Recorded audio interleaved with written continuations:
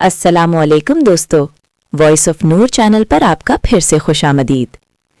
पिछले हिस्से में हमने देखा था कि कैसे हसद की आग ने भाइयों को अंधा किया। कुएं की गहराइयों से यूसुफ अलैहिस्सलाम मिस्र पहुंचे। उनके हुस्न ने सबको हैरान कर दिया, लेकिन इस हुस्न ने ही एक फितना को जन्म दिया। जुलेखा के दिल में आग लग गई। उसने यूसुफ अलैहिस्सलाम को अपने महलों में बुलाया, दरवाजे बंद कर दिए, और जब यूसुफ अलैहिस्सलाम ने कहा माअज़ल्लाह, तो फिर क्या हुआ? इस हिस्से में हम देखेंगे वो दिलचस्प वाक़यात जो इसके बाद पेश आए। हम देखेंगे कैसे साबित हुई यूसुफ अलैहिस्सलाम की बेगुनाही, क्यों उन्हें कैद खाने भेज दिया गया, कैद की तारीकी में उन्होंने क्या किया, ख्वाबों की ताबीर का इल्म कैसे आया, कैसे वो कैदी से मिस्र के वजीर बने, और कैसे हुआ खानदान का दोबारा इज्तिमा। तो दोस्तों, ये है सब्र की इंतहा की कहानी, ये है ईमान की मजबूती की दास्तान, ये है अल्लाह की मदद का जिंदा सबूत। तो आइए शुरू करते हैं हमारा दूसरा हिस्सा, जहां फितना की तारीकी के बाद सब्र की रोशनी चमकेगी, जहां आजमाइश के बाद कामयाबी आएगी, जहां मुश्किल के बाद आसानी होगी। ये है किस्सा यूसुफ अलैहिस्सलाम का दूसरा और आखिरी हिस्सा। तो सुनिए, सीखिए और अपनी जिंदगी में इस्तेमाल कीजिए। यूसुफ अलैहिस्सलाम बड़े होने लगे और उनका हुस्न बढ़ता गया। कुरान बयान करता है, और जब यूसुफ जवान हुए तो हमने उन्हें हिकमत और इल्म अता किया। एक दिन जुलेखा ने अपनी सहेलियों को दावत दी, और जब सब बैठीं तो उन्हें फल काटने के लिए छुरियां दी। फिर उसने यूसुफ अलैहिस्सलाम को बाहर बुलाया। जैसे ही यूसुफ अलैहिस्सलाम अंदर आए, सारी औरतें उन्हें देखती रह गईं। हैरत में वो अपने हाथों पर छुरियां चलाने लगीं। खून बहने लगा, लेकिन वो दर्द महसूस ना कर सकीं। उनकी जबान से निकला, हाशा लिल्लाह, ये इंसान नहीं है, ये तो कोई मुअज़्ज़ज़ फरिश्ता है। जुलेखा ने फखरिया कहा, यही है वो जिसके बारे में तुम मुझे मलामत करती थीं। मैंने इसे पाना चाहा, लेकिन इसने इनकार कर दिया। यहाँ एक गहरा सबक है। हुस्न अल्लाह की नेमत है, लेकिन जब इस नेमत को गलत नज़रों से देखा जाए, जब उसे नफसानी ख्वाहिशात का निशाना बनाया जाए, तो वही नेमत फितना बन जाती है। यूसुफ अलैहिस्सलाम का हुस्न तो था ही, लेकिन इससे बढ़कर उनका किरदार था, उनकी पाकीज़गी थी, उनको अल्लाह का खौफ था। और फिर वो दिन आया, वो तारीख साज दिन, जब फितना अपनी इंतहा को पहुंचा। जुलेखा के दिल की आग बुझने का नाम ही नहीं ले रही थी। उसने एक मंसूबा बनाया। उसने अपने महलों के तमाम दरवाजे बंद कर दिए, हर खादिम, हर नौकर को दूर भेज दिया। महल जो पहले लोगों से भरा रहता था, आज बिल्कुल खाली था। सिर्फ 2 अफराद थे वहां, जुलेखा और अल्लाह का वो बरगुज़ेदा बंदा यूसुफ अलैहिस्सलाम। जुलेखा ने खुद को बेहतरीन लिबास में सजाया, खुशबुओं में बसाया, और फिर वो यूसुफ अलैहिस्सलाम के सामने आई। उसने कहा, आओ। एक लफ्ज़ जिसमें सारी दुनिया की ख्वाहिशात समाई हुई थीं। दौलत थी, इक़्तिदार थी, खूबसूरती थी, हर वो चीज़ जो दुनिया में किसी को दी जा सकती है, वो सब कुछ उस एक लफ्ज़ में पेश किया जा रहा था। लेकिन यूसुफ अलैहिस्सलाम ने कहा, माअज़ल्लाह, मैं अल्लाह की पनाह मांगता हूँ। सोचिए उस लम्हे को, एक जवान तन्हा महल की 4 दीवारी के दरमियान कैद, सामने दुनिया का सबसे बड़ा फितना, हर तरफ से दबाव, कोई गवाह नहीं, कोई मददगार नहीं, और अंदर एक पाक रूह का नहीं कहना। यूसुफ अलैहिस्सलाम ने आगे कहा, बेशक वो मेरा रब है जिसने मुझे अच्छी जगह रखा है, बेशक जालिम फलाह नहीं पाते। जुलेखा ने जिद की, बहलाने की कोशिश की, डराया, धमकाया, लेकिन यूसुफ अलैहिस्सलाम का ईमान पहाड़ से ज्यादा मजबूत था। वो भागने लगे दरवाजे की तरफ। जुलेखा ने पीछे से दौड़कर उनका कुर्ता पकड़ लिया और जोर से खींचा। कुर्ता पीछे से फट गया। इसी वक्त दरवाजे पर दस्तक हुई। अजीज़े मिस्र घर लौट आया था। जुलेखा ने फौरन कहा, तुम्हारे इस शख्स ने, जिसके घर में हमने इसे रखा है, मुझे बेइज्जत करना चाहा। इसकी सजा यही है कि उसे कैद कर दिया जाए। यूसुफ अलैहिस्सलाम ने कहा, वही मुझे अपनी तरफ बुलाती थी। एक आवाज आई।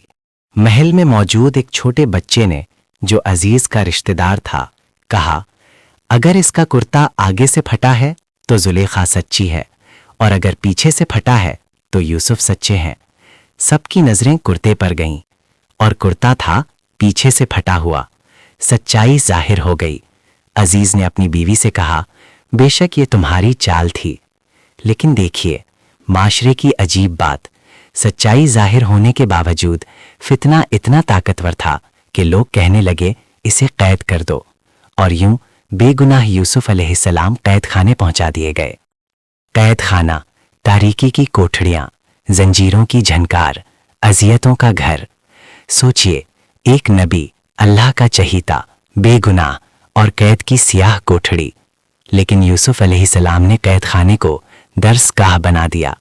उन्होंने अपने साथी कैदियों से कहा, क्या बहुत से अलग अलग रब बेहतर है या एक अल्लाह जो सब पर गालिब है? एक दिन 2 नए कैदी आए।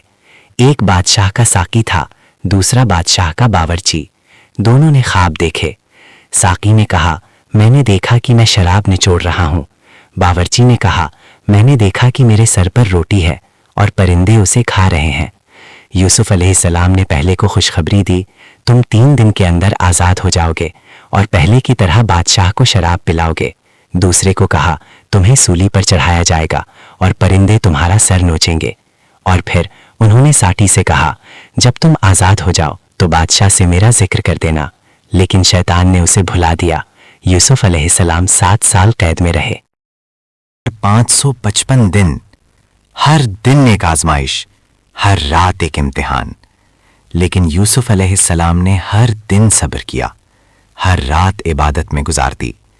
उन्होंने कभी शिकवा नहीं किया, कभी बेसब्री नहीं दिखाई। उनका सब्र फ़आल था। वो बैठे नहीं रहे। उन्होंने कैद खाने को तबलीग का मरकज बना दिया, तालीम का मरकज बना दिया। ये था सब्र का दूसरा सबक। मुसीबत में सिर्फ इंतजार नहीं, काम करना है, अल्लाह की राह में दावत देना है। 7 साल बाद बादशाह मिस्र ने एक अजीब ख्वाब देखा।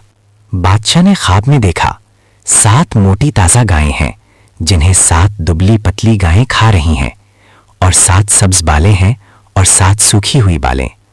सारे दानिशमंद, सारे ताबीर निगार बेबस, कोई ताबीर न दे सका। इसी वक्त साकी को याद आया। वो दौड़ा बादशाह के पास, मुझे इसकी खबर है। उसने यूसुफ अलैहिस्सलाम का पूरा वाकया बयान किया। बादशाह ने कहा, इसे मेरे पास लाओ।